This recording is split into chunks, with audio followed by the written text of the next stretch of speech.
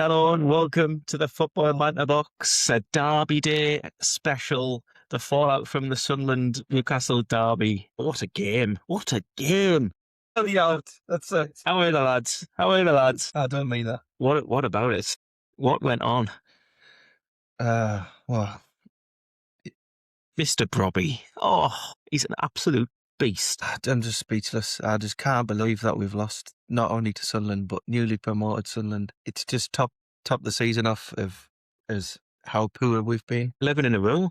11 derbies unbeaten. It's not good enough. And you've actually surpassed us now in terms of wins and draws and things. You're one ahead. So at the moment, until next year, hopefully we can put it right. Sunderland are the top dogs. I've got no argument. I've got no argument anymore.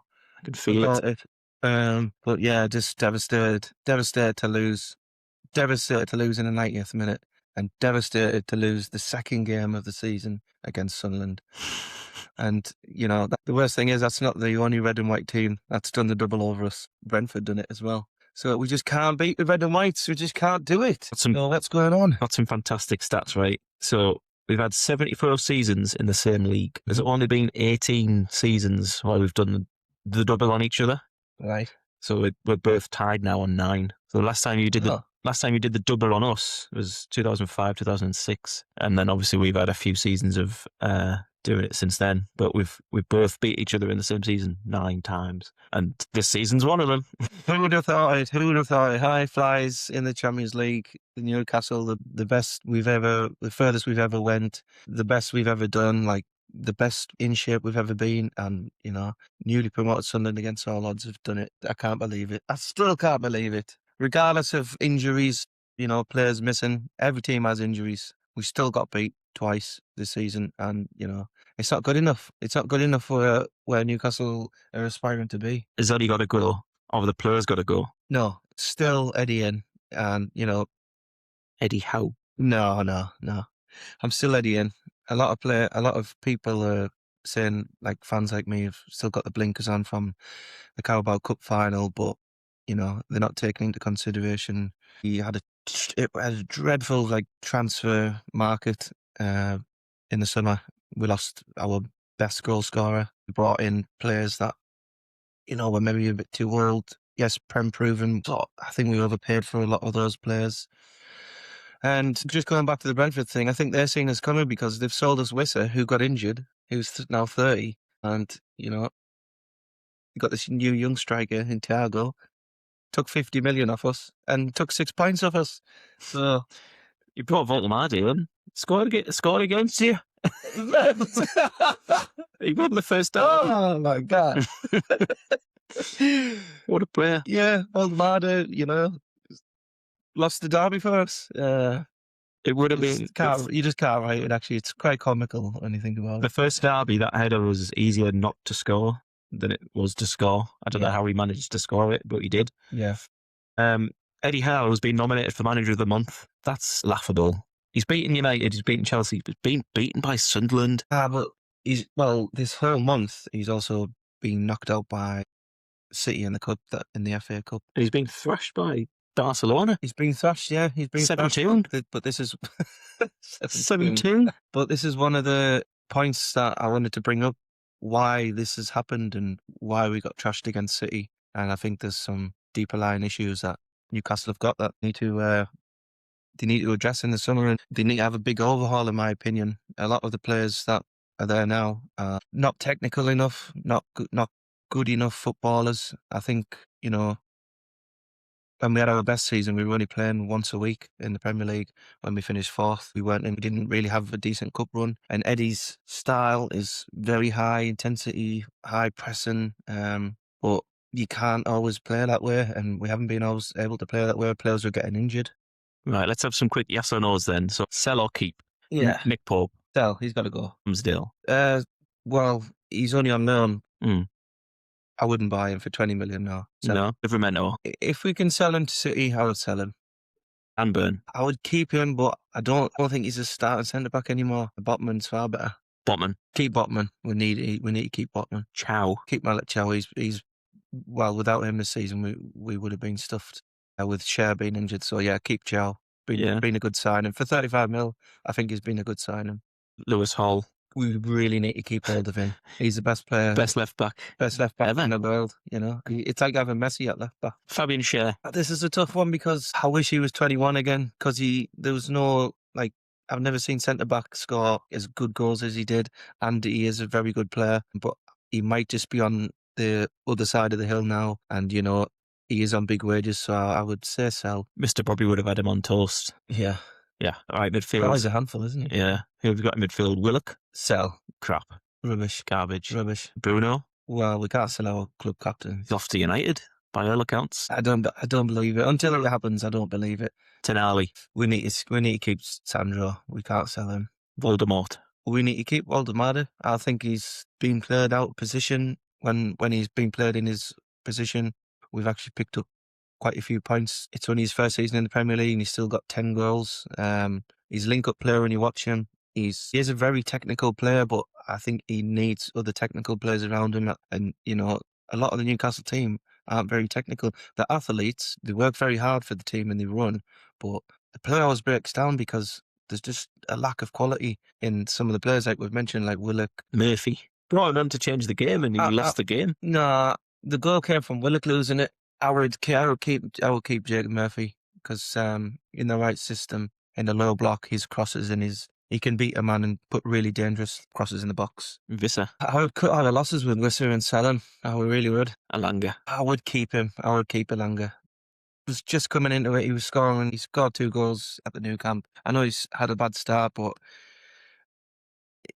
he was always playing in the counter-attack system. Like Eddie Howe's tried to change the way we play this season because we've faced a lot of teams who are in the lower block, try to be more technical, and, you know, sometimes he's been made to look like a headless chicken because he's just used to his pace. He's the fastest player in the Premier League, and he's good on the counter. I would keep him and work with him because I think there's potential there. Harvey Barnes. I would keep Harvey Barnes. Yeah, he's a good goal scoring winger. You know, squad rotation. Yeah, we need to keep him.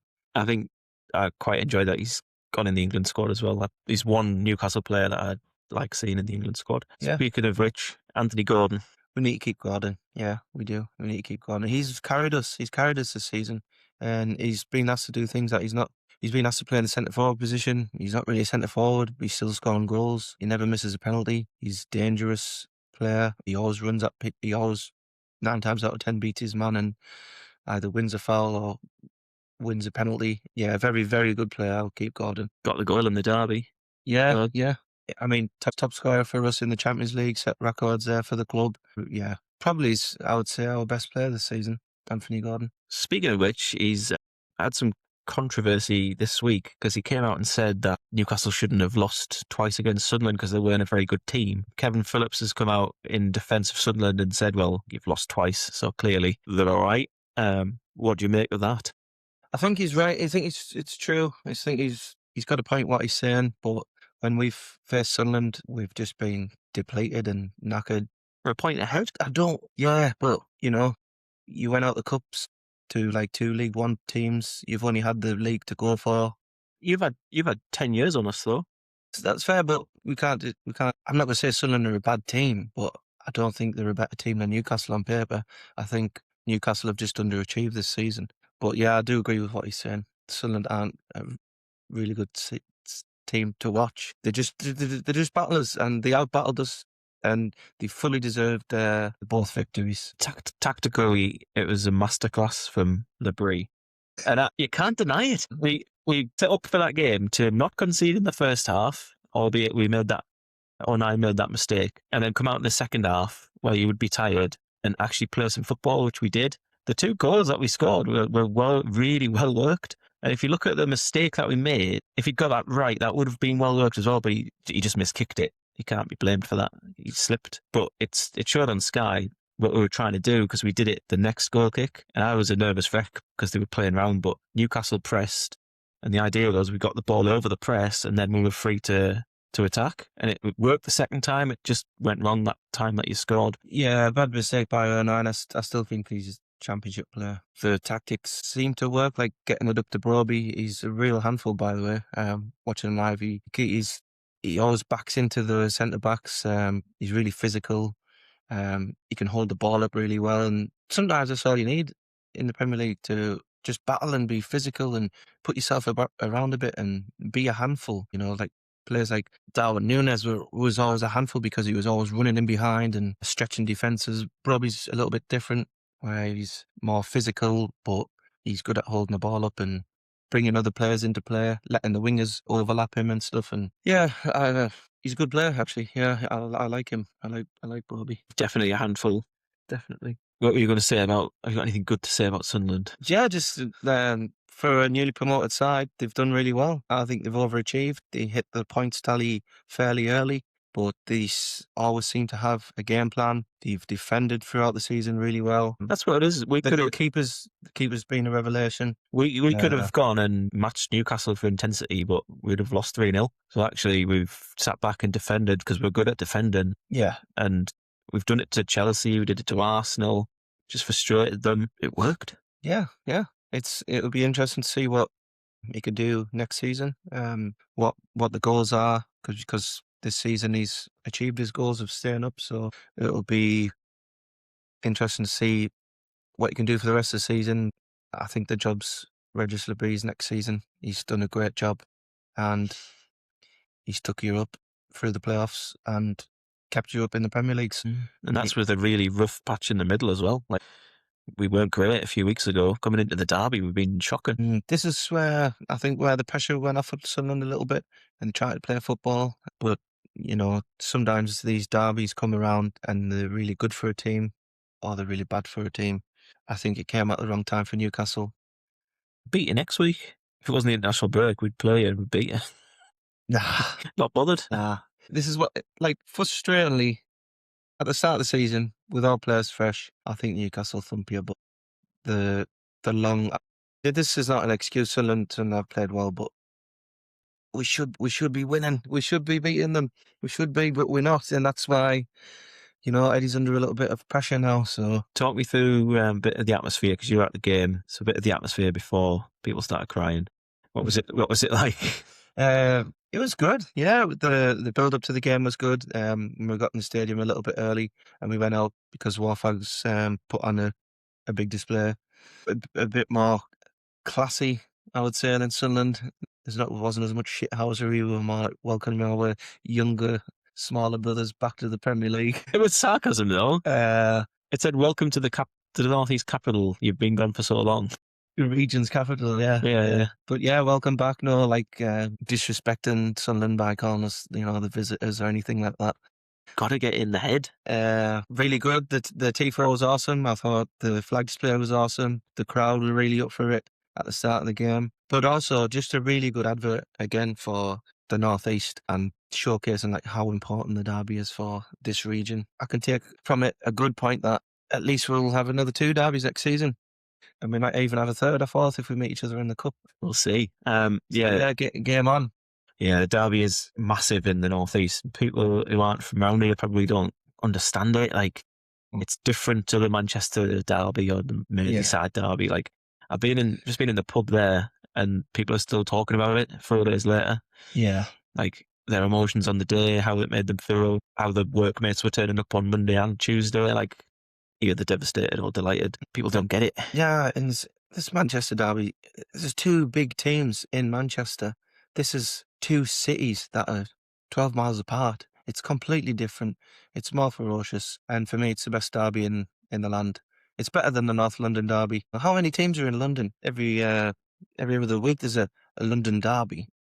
There's nothing like this, I'm afraid. And as frustrating as it was to be there and lose, it was still electrifying when we scored and thought that we were going to get our revenge, but it wasn't to be. Credit to Sunderland, they deserved the win against us. So fair enough. I guess we'll leave the derby there then. England squad. Trent.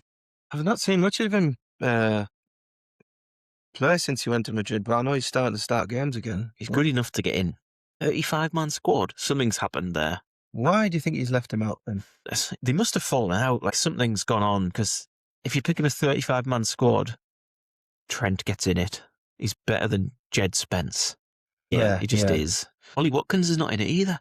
And it's yeah, but he's 30 now, isn't he? And he's not he's not been that prolific this season. I think a lot of Villa fans are getting on his case actually for the amount of chances he's wasted or missed. So yeah, apart from Harry Kane, we haven't really got a backup. No, we're doomed if Harry Kane gets injured. I wouldn't be taking Calvert-Lewin either because that's an injury waiting to happen. Danny Welbeck maybe. That's the players. You know, yeah. I could see that. But what about Liam Delap? He's had an injury this season, but he's not really. He's always been behind João Pedro, but I don't really think he's been given a good run of games to get himself fit and. He's going to be in scoring. England squad at some point, but maybe this World Cup might be too soon. It's a bit like, people were saying Max Down should be going. Max Downman? Alwyn, yeah. So, oh, no. He's 16, isn't he? Well, exactly, but people are just getting carried away, I think, with some certain players. Yeah. Nick Pope's not even in the squad. Not going, is he? Isn't he? Well, there's no surprise there, actually. I mean, yeah, he's been terrible. He's been terrible all season. I could count, maybe 10 clangers that have led to us conceding directly from his mistakes, throwing away points in the Champions League. You could argue that if it wasn't for him, we wouldn't. We might have progressed automatically and had to play that extra game against Karabag, and the season might have took a different turn. I don't think he should wear the Newcastle jersey ever again. I'm done with him. I'm sorry to say, Nick, but I'm done. Need a change of Pope. Yeah. Who else? Well, what are you thinking of England then in the World Cup? Not going to win it, are we? No. Because the same sort of the same problems come up as what has faced Newcastle this season when English players come up against a really technical side like a Spain midfield, Like a Brazil, a South American team that are really technical on the ball. They just get outplayed. They get out. They just simply get outplayed. Newcastle have this season, and a lot of English players in the Prem have represented the clubs over Europe this season. What's happened? City got destroyed. Chelsea got annihilated. Newcastle got spanked. Spurs got spanked. Spurs, wow. Arsenal, Eze, Saka, Rice. I really wanted to see them beat City, actually, but again, it's Arteta up against a technical footballing team, and those players. I just don't think England will ever get close to a cup. I really hope we do. Which is a shame. It's a shame to say, but I don't believe it. If anyone can win it, a German can. Anything else? Any more topics that you want to talk about? All right. Do you think Sunderland will finish higher than Newcastle? Trend that we've seen from Newcastle all season, like starting games well, then end up conceding. We can't keep a clean sheet. We concede a lot of goals with the games. Even when we've been 2-0 ahead, sometimes we've conceded. Or Sunderland, we've got Tottenham next. They're battling. They'll have a bit more momentum after the Derby win. Who do you think is going to finish higher? It's a tough one, right? Because Sunderland's season is pretty much over. We're safe. That's all we wanted, is to be safe. We weren't even looking at Newcastle. We were just thinking 19th is good. Obviously, we've surprised ourselves, really, of how good we've been. And then we've done the double as well. So season's finished. So whether the players can still get up for it, I don't know. We certainly weren't in the run-up to the Derby. The 3 or 4 games, we were shocking. We just didn't look up for it. We've had a lot of injuries, but when those players come back, I think some of them will be looking to put themselves in the window for a transfer maybe to a bigger club, which is the model that we've gone for. Yeah. So will we finish above Newcastle? I think Newcastle have more of a point to prove. So you might pick up more points. You're only 6 points off 5th place, and that's Europa League. I know. I don't want to qualify for Europe, if I'm honest. But I'd turn it down. Look who above you. Let's say look who above you that you've got results against. So you got a result against Arsenal at home. You got a draw against City. We held our own against everyone. Have you played Man United at home? No. So you still have to play Man U. We've held our own against people. How did you do at Old Trafford? Yeah, we got beat. We were in the game though. Yeah. But for a mistake. Villa? I don't know. Liverpool? I know you got a draw down Anfield. Yeah, we got beat at home. Chelsea, you beat them away. Have you got them to play still? He doesn't know. He's all he cares about. Newcastle. This is a typical Sunderland fan. Literally. Being the underdogs and winning is just... His brain's gone. He's still shell-shocked. I am. Brentford, how have you done against them this season? We not great. We beat them, I think. We beat them at home and then got beat away. So fair points. But I don't want to get into Europe because it happens to all the clubs. a sort of Conference League, Europa League.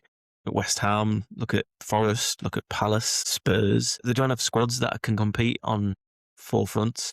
They just don't, and we won't next season. Yeah, I think there's only two teams that have squads that can go for the quadruples and the trebles, and that's only City and Arsenal. I don't think Man United have a squad to cope with Europe next season. No, they'll get found out next year when they start playing more than one game a week. Yeah, I mean, I know Newcastle beat them with 10 men, but that was the second game that they played that week. And I said, that's what happens when Man U play two games a week. Villa haven't really got the squad, but I still think they've got the greatest manager aside from Pep. I think Unai Emery's probably just the best manager out of the top 6 clubs at the moment, and that's I think he's better than Arteta. I think he's better than Carrick. He's better than Arne Slot, and he's better than Liam Rosenior. So definitely, I think we'll bounce back. But I think we'll finish, and we'll just miss out on because we still got Arsenal to play at the Emirates, and we never get anything down there. Apart from financially, it might be a blessing to not have that Wednesday, Thursday, Tuesday game and just to play Premier League and maybe a cup run. Really quickly, Spurs, Forest or West Ham? You know what? I'm going to go with Tottenham. I think Tottenham, I really do think they'll go down. I think just the way the games are landed, the running's a bit harder. Sam's got Wolves next. Forest already beat them in the 6-pointer 3-0. They were bad. Like I said earlier, like Tottenham got the stadium light, still on a high from the derby, and it's been a very tough place to go all season. Just can't see where they get a win, where they get another couple of wins from. It depends. I think they're doomed. It depends who they bring in, because I think Tudor's gonna step down, isn't he? Because his dad died as well, but the results weren't there anyway. No. And who they bring in is so important for the last 6 or 7 games. Yeah, it's this is where I think the door's still open for Newcastle. And I know you're saying you don't want it, but it's a PE teacher. Yeah, they're not what they used to be. Chelsea, are they? Let's be honest. They're just not. They're full of I would say star boys, but no one performs for the team or plays for the shirt, or there's no real no grit. There's a lot of good players there, but Cole Palmer's had a bad season and he's only had 1 assist in the Premier League this season. I still think the door's open for Brentford, Everton, Newcastle and Sunderland to challenge the big boys. And how's it been doing the podcast in your Sunderland shirt? That was the forfeit. I mean, it's a nice look. It's red and white. It stinks. It stinks. Yeah, I'm going to have to go and get a shower when I get back. But I don't know if this is, cheap material. Worn. A Toon fans wiped the bum on it at one point in time before it was purchased. Match worn. Yeah. If you want to see Chris in the Sunderland shirt, head over to the Facebook, give us a like and give us a subscribe on YouTube. And that's all for this week's episode of the Football Banter Box. Renard will be back next week. Yeah, I can't believe he's missed this one. Yeah, he's going to be gutted. We'll all be back next time. All right, how are the lads?